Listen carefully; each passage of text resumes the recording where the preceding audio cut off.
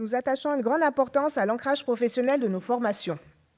C'est particulièrement vrai durant le dernier semestre du cursus en management durable, au cours duquel les étudiantes et étudiants sont invités à mener des projets concrets avec un haut degré d'autonomie.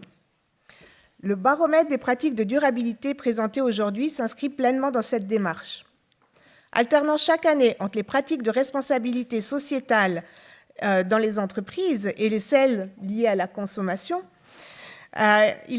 cette année, il s'est penché sur les habitudes de consommation en ce qui concerne un sujet ô combien d'actualité et un fort impact qu'est la mode éthique. Pour mener cette étude, les étudiants ont eu l'opportunité de collaborer avec l'Institut de la mode éthique et de la consommation écologique, dirigé par Siem Dekili, qui nous fait la gentillesse d'être parmi nous aujourd'hui, qui a réalisé en fait une vaste étude sur cette thématique en France. Les étudiants ont pu se baser sur cette étude pour aller construire leur propre analyse sur la thématique de la mode éthique. Effet de mode ou véritable changement dans les habitudes de consommation, la présentation du baromètre livre aujourd'hui les premiers renseignements d'une étude complète qui sera disponible début juin. Avant de passer la parole à Siem, je voudrais d'abord féliciter nos courageux étudiants qui ont choisi volontairement, volontairement de prendre la parole aujourd'hui pour vous présenter les résultats. Merci, Siem.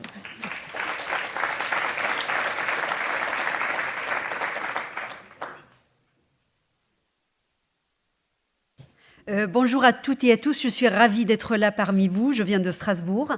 D'abord, je remercie beaucoup les HEG et l'HEG, et puis Barbara, et puis toute l'équipe, Emma, et puis Louis, avec qui j'ai pu, et puis les étudiants, pour cette opportunité de collaboration. Donc, je vais dire deux mots. Moi, je suis Siem Dekili, je suis directrice de recherche à l'ISCA, à l'Université de Strasbourg et à l'ISCA École de Management, et je travaille sur tout ce qui concerne la consommation écologique, et j'ai créé un institut qui s'appelle l'Institut Mode Éthique et Consommation écologique, l'Institut MES, donc dans lequel tout ça pour situer le baromètre et les résultats du baromètre qui vont être présentés par les étudiants.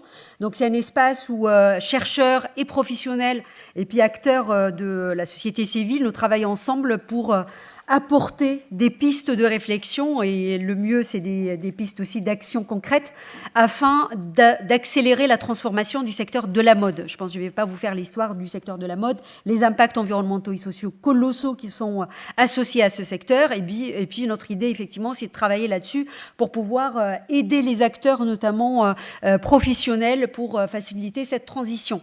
Donc nous travaillons aussi sur le plan disciplinaire, on est des chercheurs de différents univers, donc gestionnaires, économistes, sociologues, juristes, etc. Et donc l'idée, c'est aussi de nous nourrir de cette pluridisciplinarité afin que les pistes proposées soient les plus complètes possibles.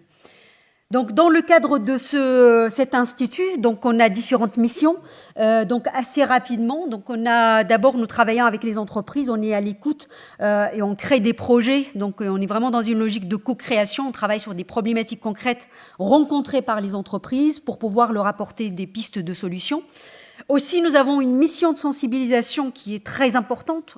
Parmi les chantiers que nous avons mis en place, un cycle de webinaires avec la Fédération de la mode circulaire en France. Et donc, voilà, nous avons tout un cycle où chaque fois, nous prenons un sujet spécifique sur la mode éthique. Et puis, ça permet, l'idée, c'est vraiment d'accroître le niveau de conscience du monsieur tout le monde autour de ces impacts environnementaux et sociaux liés à l'industrie du textile. Nous avons aussi des productions scientifiques, donc on a un dernier ouvrage qui s'appelle Mode durable qui est paru fin 2024 chez l'éditeur Pearson. Et puis, nous avons le projet, donc ça c'était vraiment parmi les chantiers prioritaires que nous avons mis en place dès la création de l'Institut, donc un baromètre sur la mode éthique. Et donc, pourquoi ce baromètre? Deux mots, et ça permet d'introduire ce que les étudiants vont annoncer tout à l'heure. L'idée, c'était absolument pas de rajouter une enquête à plein d'autres qui existent déjà. Nous avons fait tout un travail vraiment assez poussé de benchmark. On a regardé toutes les données existantes données, je veux dire, notamment les données terrain, parce que le volet académique, on le connaît quand même assez bien, puisque nous sommes chercheurs sur les sujets dans la plupart des cas.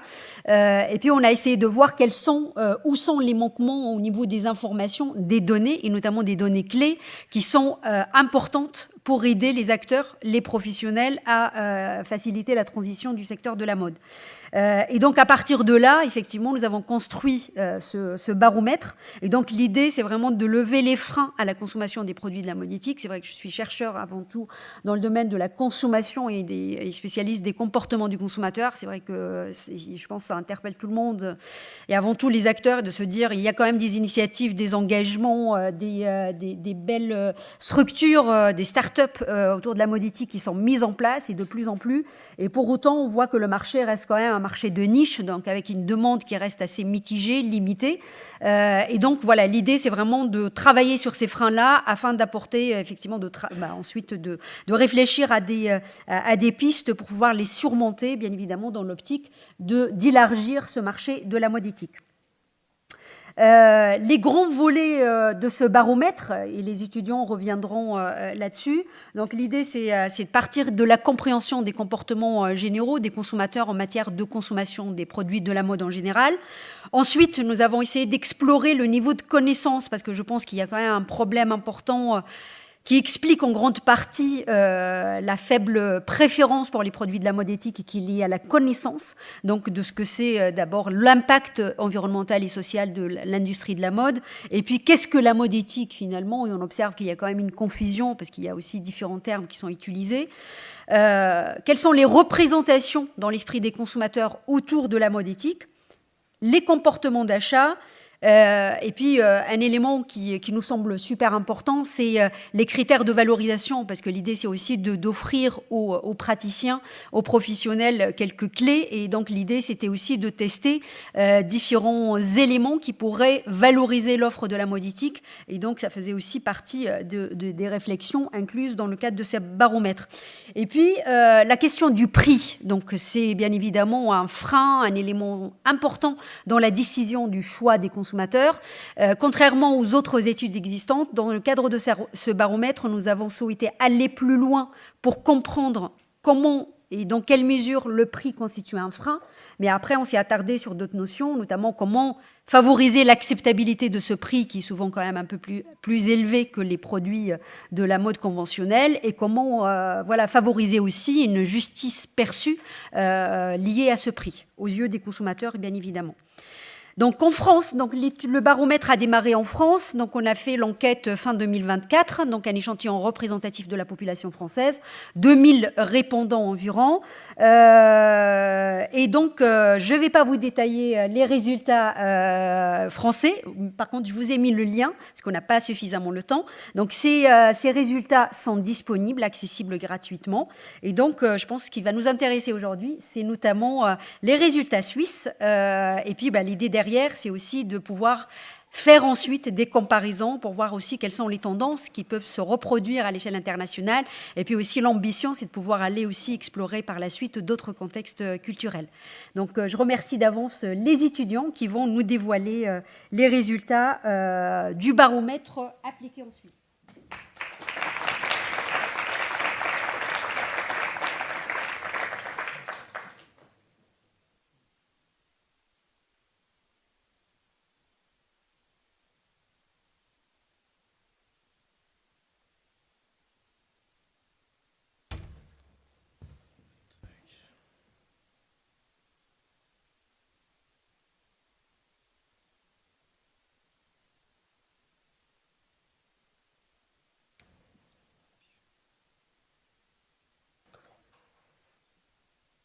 Alors bonjour à toutes et à tous. Donc avant d'enchaîner sur nos analyses, on aimerait remercier la Haute École de Gestion dans laquelle on étudie. On aimerait aussi remercier nos camarades qui sont en haut, qui nous ont aidés à élaborer ce baromètre, CIEM et son institut, ainsi que la Raiffeisen et toutes les personnes qui ont répondu au questionnaire. Alors nous avons utilisé la méthodologie suivante. Donc on a adapté le questionnaire de CIEM qu'elle a fait en France pour la Suisse, et parallèlement aussi on a mené des entretiens qualitatifs afin de ressortir certaines tendances qu'on a ensuite analysées et qu'on a pu mettre dans la présentation. En tout, on a eu 734 réponses exploitables qu'on a analysées. Et pour faciliter la lecture, on a créé des graphiques qu'on va voir tout au long de la présentation. Alors voici le sommaire, donc on va passer sur les points suivants. Donc le portrait de la consommation des produits de la mode, la définition et la perception de la mode éthique. Les autres, je ne vais pas tous les citer. Et enfin, la responsabilité de l'État, donc savoir si elle a un rôle à jouer ou pas. Alors dans notre échantillon, donc on peut voir qu'il y a environ 2 fois plus de résultats, donc de femmes qui ont répondu à notre questionnaire. Donc il peut y avoir un biais dans l'analyse et donc on est conscient de ça. Et aussi au niveau des âges, on a une répartition qui est plutôt égale sur toutes les tranches d'âge. Pour la situation professionnelle des répondants, on a eu des profils très différents. Et pour leur niveau de formation, on peut voir qu'une grande majorité des répondants, ils ont un niveau de degré tertiaire. Alors maintenant, passons à l'analyse. Donc pour ce qui est de ce tableau, donc du premier tableau, donc le nombre moyen d'achats neufs, donc on peut voir qu'ils sont plus élevés. Donc il y a vraiment une préférence pour les habits neufs que pour ceux de seconde main. Toutefois, les t-shirts et les polos, on peut constater que c'est là où il y a eu le plus de réponses. Donc il y a là une opportunité de marché à saisir, car c'est les vêtements que les personnes préfèrent, de seconde main. Ensuite, il y a aussi des habits qui sont moins achetés dans les 2 colonnes. Donc ça s'explique parce que, notamment, c'est soit des habits de saison, ou soit c'est des habits qui durent plus longtemps. Donc ensuite, le premier graphique qui est à gauche, donc, il démontre qu'en moyenne, les personnes elles achètent 14 habits par année, donc, ce qui est un nombre très élevé en Suisse, et que près de 80% des répondants, ils achètent plus de 6 vêtements par an, avec une fréquence plus élevée chez les femmes et les jeunes. Et si on fait la corrélation avec les personnes qui achètent le plus, donc les jeunes, et le niveau de revenu, donc on peut constater que ceux qui achètent le plus ici, selon leurs revenus, c'est ceux qui n'ont pas de revenus, donc qui sont souvent les jeunes, et qu'ensuite ça diminue avec l'âge. Et ceux qui ont un revenu régulier important, c'est ceux qui consomment le moins. Aussi, c'est peut-être dû parce qu'ils achètent des habits de meilleure qualité, et donc ça leur dure plus longtemps. Et enfin, pour finir sur cette slide, donc on observe que les personnes qui vivent avec des enfants, ils consomment moins que ceux qui vivent tout seuls. C'est top, c'est à mon tour. Je dois. Excusez-moi, top. En bas ou en milieu? Top. Excusez-moi. Donc désormais, moi, je vais évoquer la consommation de vêtements d'occasion.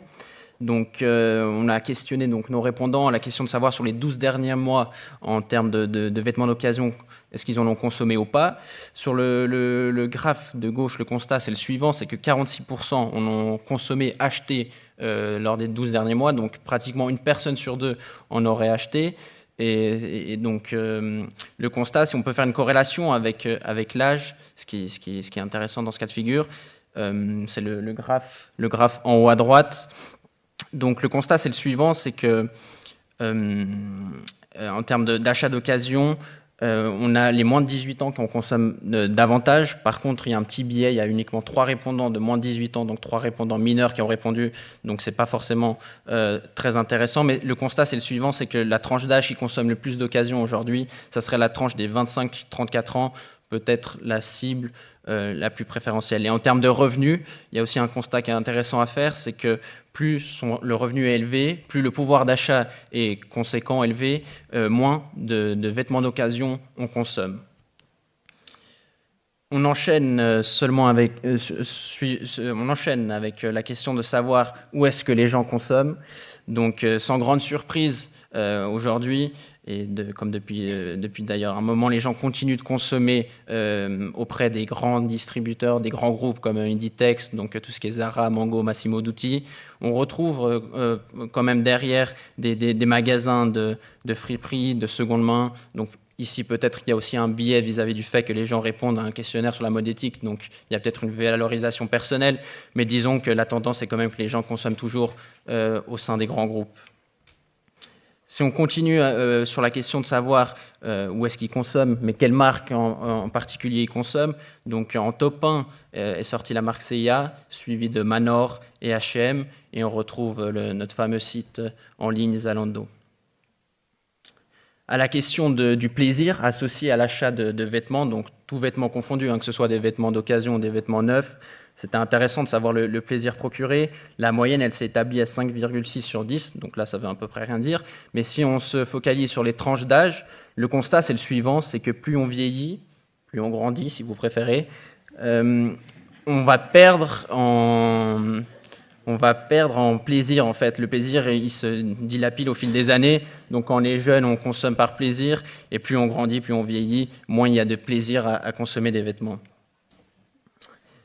Ensuite, à la question de savoir quels étaient les 3 principaux critères associés à la consommation, à l'achat de vêtements, bien sûr, comme l'a mentionné Siem, le critère prépondérant, c'est bien sûr le prix, c'est toujours le prix, suivi de près par l'esthétique, et talonné par, en 3e position et 4e position, la qualité de fabrication et le confort.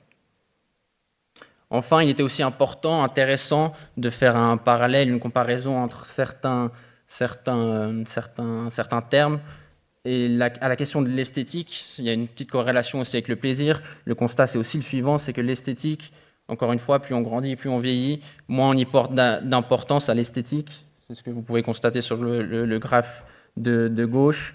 Et sur le graphe de droite, cette fois-ci, à contrario, à l'inverse, en termes de facilité d'entretien, cette fois-ci, plus on grandit, plus on vieillit. Encore une fois, cette fois-ci, la facilité d'entretien devient un critère qui est bien plus important pour les répondants.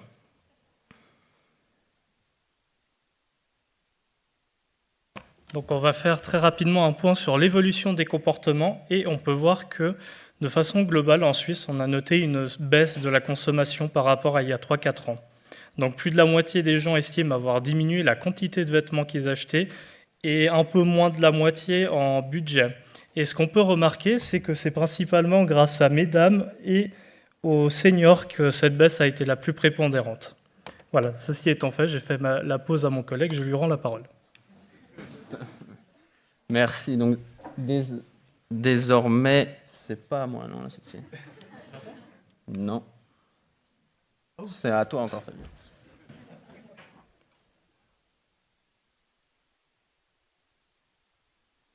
Découvre en même temps que vous. Oui, pardon. Pardon. J'ai sauté une slide. Alors, donc, vous pouvez remarquer les principales raisons qui ont fait que la tendance a eu à diminuer. Et la principale raison en Suisse, c'est donc l'impact que génère la consommation des vêtements. Il y a également l'envie d'acheter les vêtements qui s'est réduit. Il y a également une part significative qui estime avoir accumulé suffisamment de vêtements pour eux, pour le moment. Et on remarque par ailleurs que par rapport à l'âge, on remarque que c'est à peu près similaire, cette volonté, donc à peu près 30%, peu importe la tranche d'âge, estiment avoir suffisamment de vêtements. Et enfin, il y a, parce que les gens privilégient d'autres raisons, d'autres postes d'achat et également des raisons de pouvoir d'achat. Et dans les autres, je vais quand même vous en citer quelques-uns. Celui qui est le plus ressorti, c'est la retraite. Il y a également... la retraite, donc la seconde main et toutes les questions qui sont liées à l'éthique et les morales, des gens qui préfèrent la qualité sur la quantité, des changements physiques, mais également un que j'estime intéressant à prononcer, qui est ce que j'appelle le do it yourself, donc les gens qui font eux-mêmes leurs vêtements ou qui les réparent. Voilà, maintenant je laisse au bon moment la parole. Ça joue top, donc je reprends. Cette fois-ci, on s'est intéressé aussi lors du questionnaire à la définition, à la perception des répondants vis-à-vis de la mode éthique. Donc on a comparé la mode éthique, la mode durable et la mode sobre. Du coup, je pense que c'est important de faire un petit préambule avant de vous montrer ce qui est ressorti de nos analyses. Quand on parle de mode sobre, de mode éthique ou de mode durable, si on interchange ces termes, je ne pense pas personnellement, et je pense que l'avis est partagé, je ne pense pas que personnellement ce soit faux de le dire, parce que les 3 termes s'inscrivent dans une démarche de durabilité, mais passons maintenant à voir comment les répondants distinguent ces 3 modes. Donc en termes de production, le constat c'est le suivant, c'est que lorsqu'on compare les trois termes que je viens de vous citer, donc la mode éthique, la mode durable et la mode sobre, on peut voir qu'ils sont associés à peu près aux mêmes tendances comme le respect de l'environnement, les conditions de travail, les vêtements durables.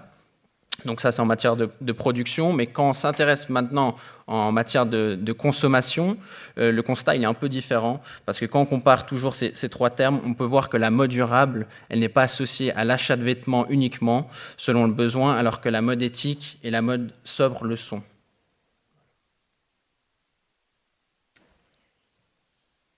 Pour poursuivre justement sur cet aspect de perception, mais plus principalement celle liée aux fibres naturelles, nous avons relevé que 45% des Suisses disent avoir déjà acheté des vêtements produits à partir de fibres naturelles.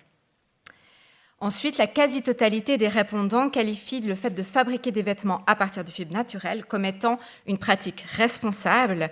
Quand on compare les fibres naturelles aux fibres recyclées, par exemple, 15% seulement pensent que les vêtements recyclés sont de qualité inférieure aux vêtements conçus à partir de fibres naturelles.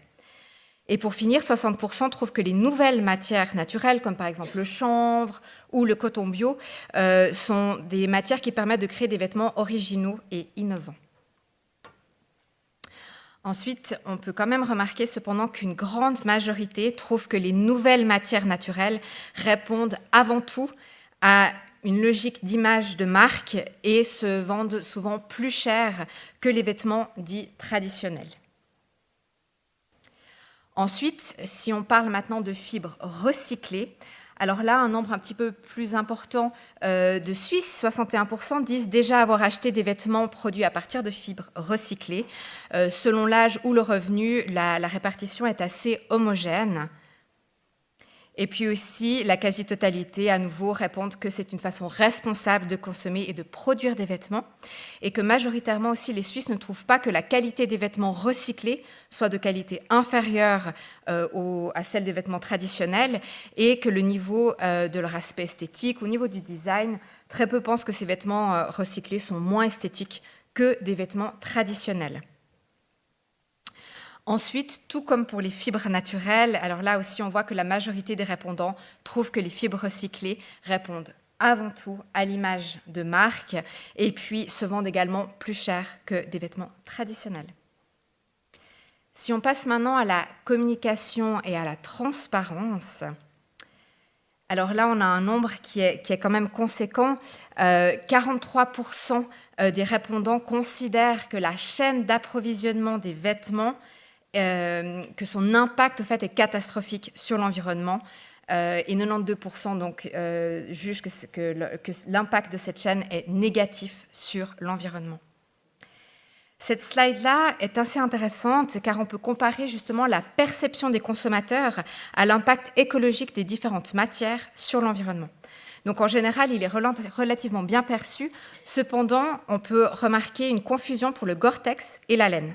Le Gore-Tex est perçu comme ayant un fort impact écologique, alors qu'en réalité, il en a peu. Pourquoi ? Parce que les fabricants font vraiment attention à ne pas utiliser de produits chimiques dans ce produit, comme par exemple les PFAS, qui sont des perturbateurs endocriniens qui sont souvent utilisés dans les vêtements produits à base de fibres plastiques. A contrario, la laine est perçue comme ayant un faible impact au niveau environnemental, alors qu'en réalité, elle en a. Et ceci est dû à la conception, à l'élevage des moutons qui sont donc utilisés pour fabriquer cette matière. Ensuite, quand on interroge maintenant sur la communication, sur l'éco-affichage, au fait, donc comment est-ce qu'on va promouvoir un produit et mettre en avant ses utilités et ses aspects écologiques, eh bien là, seulement 32% des Suisses considèrent que ces pratiques sont crédibles. Donc il y a vraiment un travail à faire au niveau de la communication. Qui plus est, surtout au niveau de la transparence, car pour terminer, est-ce qu'on peut vraiment parler de transparence quand seulement 31% du public se sent suffisamment informé sur la provenance de leurs vêtements, 7% seulement sur les conditions de production de ces vêtements et 13% sur leur impact environnemental. Maintenant, nous allons aborder une question intéressante qui est qui devrait en assumer la responsabilité et qui devrait le mieux s'occuper de ça. Donc, pour le public suisse que nous avons interrogé, 60% estiment que la responsabilité reviendrait aux marques de vêtements, 15% les commerces, 12% les organismes indépendants et 11% l'État. Mais en parallèle, les Suisses estiment, à 8 personnes sur 10 environ, estiment que l'État devrait mettre en place des régulations pour favoriser la mode éthique. Maintenant, qu'est-ce qui pourrait freiner ou motiver au contraire l'achat de l'éthique ? Et on peut voir que la majorité des gens sont quand même favorables à acheter de l'éthique, et ils ont déjà fait. Ils promouvoient l'éthique, et on voit qu'il y a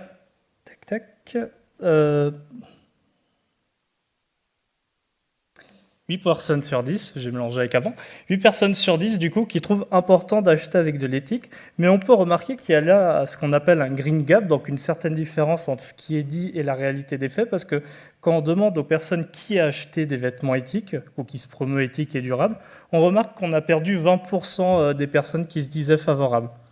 Et à ça, on peut voir également avec la tranche d'âge et le revenu, on peut voir qu'à partir des 25-34 ans, qui est donc le moment où les jeunes commencent à rentrer dans le monde professionnel, finissent leur étude, commencent à avoir un revenu, qu'il y a un sacré gap de 15% entre ceux qui n'ont jamais acheté de vêtements éthiques et durables et ceux qui en ont fait, et également avec le revenu, où les personnes qui commencent à avoir un revenu suffisant achètent de plus en plus de l'éthique et du durable. Alors, pour quelles raisons les gens n'achètent pas éthique ou durable ? Donc la principale raison avec 33%, c'est qu'ils estiment ne pas avoir suffisamment d'informations. 24%, c'est qu'ils n'ont pas assez ils ne le trouvent pas partout. 21% que c'est trop cher. 11% qu'ils estiment ne pas avoir confiance. Et 7% parce qu'ils estiment ne pas aimer leur aspect. Et pour une majorité des répondants, qu'est-ce le prix juste ? Donc pour une majorité de ceux qui ont répondu, donc 35%, ils estiment qu'un prix juste, c'est du coup une rémunération qui soit satisfaisante pour ceux qui ont produit le vêtement. 22% iraient à la protection du CO2 et 16% serait une répartition équitable entre les différents acteurs de la chaîne de production du secteur du textile. Et 15% également un meilleur rapport qualité-prix. Donc, à la question, combien est-ce que vous seriez prêt à acheter plus un t-shirt qui soit produit de façon respectueuse de l'environnement et des conditions sociales ? On remarque qu'un peu plus de la moitié des personnes, environ 60%, sont entre 5 et à 20%. Nous avons moins de 5% qui est 14% et entre 20 et 40%, 15% des gens. Et donc ça, c'est pour un t-shirt ou une chemise. Et il est intéressant de noter qu'également pour quelque chose de plus cher, donc comme une parka ou un manteau, les pourcentages sont à peu près similaires. Ils sont un peu plus élevés entre le 10 et le 20%, mais on reste quand même dans ces deux pourcentages qui sont plus élevés, donc entre 5 à 20%, qui est les pourcentages les plus élevés qui intéressent les gens à payer un peu plus pour de l'éthique et du durable. Donc, en conclusion, on peut voir que il y a un travail qui a été fait, il y a eu une avancée, les gens consomment moins en Suisse de façon générale, mais il y a toujours un certain manque de communication qui semble être visible. On remarque que la principale cause qui freine les gens à acheter étant la communication. Et je vous embête encore quelques minutes pour quelques points chiffres. On va faire une petite comparaison avec la France. Du coup, on remarque qu'en France, on achète plus de vêtements qu'en France. Donc nous en sommes à 14 en moyenne et les Français sont à 11. Par contre, il y a une grande divergence sur la raison des diminutions d'achat. En France, c'est 67% qui évoquent des raisons de pouvoir d'achat, tandis que nous, c'est que 13%. Notre principale raison de diminuer nos vêtements étant l'impact écologique. Le plaisir en moyen, que ce soit nous, les Français, il est assez similaire, 5,6 pour nous et 5,9 pour les Français. On remarque que autant les Français que nous sommes favorables à des régulations, donc 7 Français sur 10 et 8 Suisses sur 10. Mais cependant, quand on revient à des questions de prix, on voit vraiment la différence, où 59% des prix des vêtements neufs de mode éthique sont estimés trop chers, en tout cas pour les Français, tandis que pour nous, c'est 21%. Voilà, je vous remercie beaucoup de votre attention et si vous avez des questions, n'hésitez pas.